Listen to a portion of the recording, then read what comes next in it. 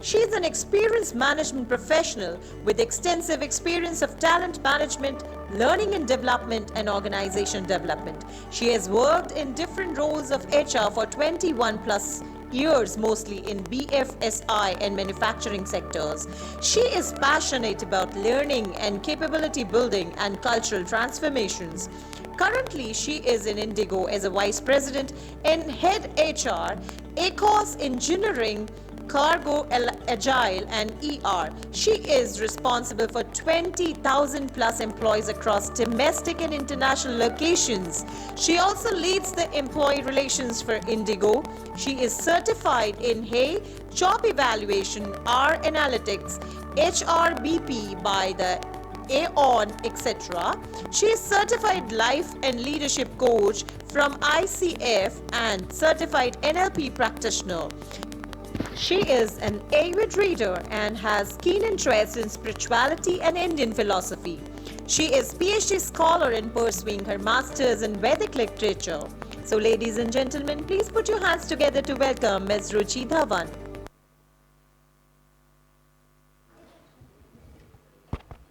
Yeah, good afternoon. One of the last speakers. People are not so happy seeing me here, then they'll be happy when I go from here. Anyway, very good afternoon to all of you. So I think the topic that we had to discuss was Upasana Yoga on this topic of CSR, HR and CSR, and is the spirit of service in the organization. So I'll try to make some correlation and also share one example for my organization as we do, or we have started doing for last 1.5 years, ever since I joined and people agreed to go on that path. So let's start with Upasana Yoga. We can change the slide, please. Oh, I have that clicker. Okay, sorry. Okay. Oh, nice, nice. Right. So Upasana Yoga is typically, a spiritual discipline that emphasizes on devotion and the practice of meditation on the divine, bringing oneself closer to the God or the higher self. This is Sanskrit word Upasana, which has two words. One is Upasana literally means sitting near or approaching, and symbolizing the idea of coming closer to the divine through meditation, devotion, and mental worship. Yoga means union, the path that leads to unity with the ultimate reality of God. So that's Upasana Yoga, that can be easily understood as a practice of mentally worshipping or contemplating the divine to achieve spiritual unity. So if I look at the core elements of Upasana or Upasana Yoga, Upasana basically has these elements. First is devotion, emotional stability, spiritual growth, and harmonious living, which of course connects to CSR and all when we talk about corporate. Devotion is about involving the deep emotional and spiritual connection to something greater than oneself. It can be a deity, principle, or a higher cause. Need not to be a god or a form all the time. Emotional stability refers to the ability to maintain composure, manage stress, and navigate life's purpose, ups and downs, with a calm and balanced mindset. Quite relevant for corporate, because when we work, especially for organizations who work 24/7, stress is bound to come. So I think this comes really handy and important to have emotional stability. One of the 10 also talk about spiritual growth, which involves the ongoing process of expanding consciousness, developing virtues like compassion, and attaining a deeper understanding of life's purpose and one's relationship to the universe. Everything goes easy once we establish the relationship. That's how our all scripts talk about, that once a relationship is there, the care comes naturally. And the harmonious living, last but not the least, is a practice of living in a balance and in alignment with oneself. Before we go outside, I think a lot of speakers have spoken about within first. So it's about having the balance and alignment within oneself, and then others, and the environment. It involves fostering peace, respect, and kindness in everyday life. This has been much spoken about.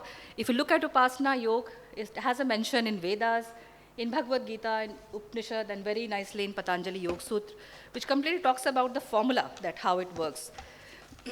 So in Vedic tradition, of course, when it comes to Upasana Yoga, it was much towards, prayers, much towards, doing some form of worship. But as it moves to Upanishad, it was more towards having the inward approach and realizing the truth of oneself. Knowing self was more important there. Bhagavad Gita, the chapter 12 has complete, it talks about the yoga of devotion, where Krishna tells Arjun that those who are unable to perform meditation or intellectual inquiry should focus on the path of love and surrender to the divine. This is the essence of Upasana Yoga as per the Bhagavad Gita. And Patanjali Yoga Sutra very beautifully talks about the 8 limbs, the process, how I think a lot of you must be knowing Yam, Niyam, Asan, Pranayam, and how you achieve the path of meditation. Now I'm going to the next part of the presentation, which talks about how it is applied in corporate world, how can it be applied in corporate world. So I will talk about 5 different areas where we could think, or somewhere we have done some work also, I'll show you. So first is about cultivating purpose-driven work. If you look at Upasana Yoga principle, it emphasizes devotion to higher purpose, where every action is seen as an offering to the divine. Whatever we do, it's been offering, it's not for a self-satisfaction. And in corporate world, we can encourage employee to align their work with organization broader mission and values, fostering a sense of higher purpose. When employees see their roles as contributing to something larger than themselves, they naturally embrace the spirit of service. Second is encouraging the mindfulness and presence. Upasana Yoga principle, if we see, talks about meditation, which is dhyana. In Upasana Yoga, it helps practitioner focus their mind on divine, promoting mental clarity and awareness. If we see that in corporate life, we can help employees to stay focused by encouraging them towards mindfulness, reduce stress, and approach their task with greater clarity and presence, which naturally enhances their sense of service towards the organization. Third is ethical leadership, which I think a lot of you spoken about, servant leadership also. Ethical leadership, which is leading by example. If you look at Upasana Yoga principle, it talks about devotion and righteousness are key. Leaders are expected to act with integrity and serve as a role model for others. Leadership plays a very crucial role in promoting the spirit of service. Leaders should model ethical behavior, humility, and service-oriented mindset, inspiring employees to follow their example. Incorporating reflection and self-assessment, it's very important that employees know what they are. I manage a huge workforce, and even leadership team, it's very surprising at times that they are so away from their own self. But it's very important in modern times that they come closer to themselves, they realize who they are. Reflection and introspection are key elements of Upasana, where practitioners constantly evaluate their thoughts and action in relation to spiritual goals. If we encourage employee to reflect on their work and how it aligns to organizational purpose, value, self-assessment helps the individual to remain mindful of how they can be better serve an organization and its stakeholder, including the community. The fifth one, last but not the least, is service to the stakeholder and society, which of course largely covered by CSR in most of the organization. Upasana Yoga talks about service is not limited to one's immediate surrounding, but extend to the community and society at large. So as organization, we can create a service-oriented culture by engaging employees in community service projects and encouraging them to consider the broader impact of their work on society and environment. This is one of the examples which we follow in our organization. There's a workforce of 16,000 people whom you see on the airports. This is called AOCS, Airport Ground Operations, which is Airport Customer Service and Operations.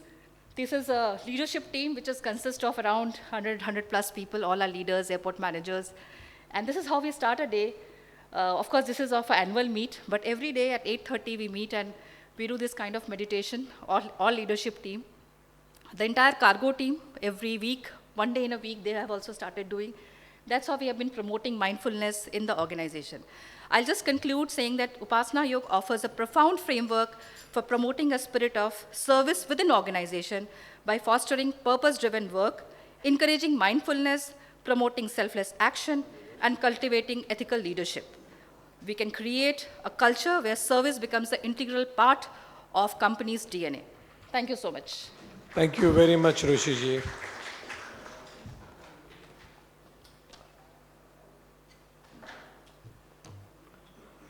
Now, after understanding the importance of reflection and self-assessment, let us invite Rachna Singh Madam from NTPC.